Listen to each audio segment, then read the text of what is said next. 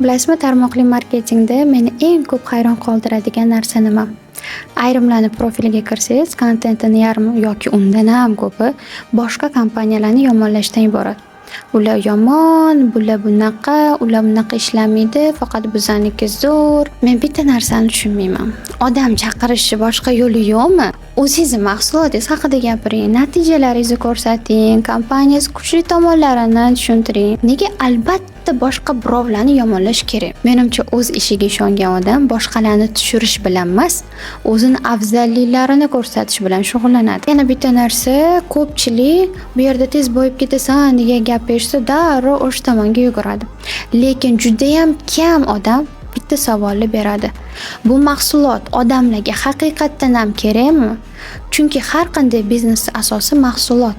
Agar mahsulot yaxshi bo'lmasa, hech qanday marketing plan uzoqqa bormaydi. Hozir odamlar avvalgidek emas. Ular mahsulot tarkibiga qaraydi, narxini solishtiradi, foydasini o'rganadi, pulini nimaga to'layotganini bilishni xohlaydi. Shuning uchun ham men birinchi navbatda mahsulotga qarayman. Men o'zim tavsiya qilayotgan mahsulotlarimni 5 yildan beri ishlataman. Shuning uchun ham odamlarga bemalol tavsiya qila olaman. Chunki men o'zim ishonmagan narsani hech qachon boshqalarga tavsiya qilmayman. Bir kun kelib hayp ham tugaydi, katta va'dalar ham tugaydi, lekin yaxshi mahsulot qoladi va uzoq muddatli biznes ham aynan shuni ustiga quriladi.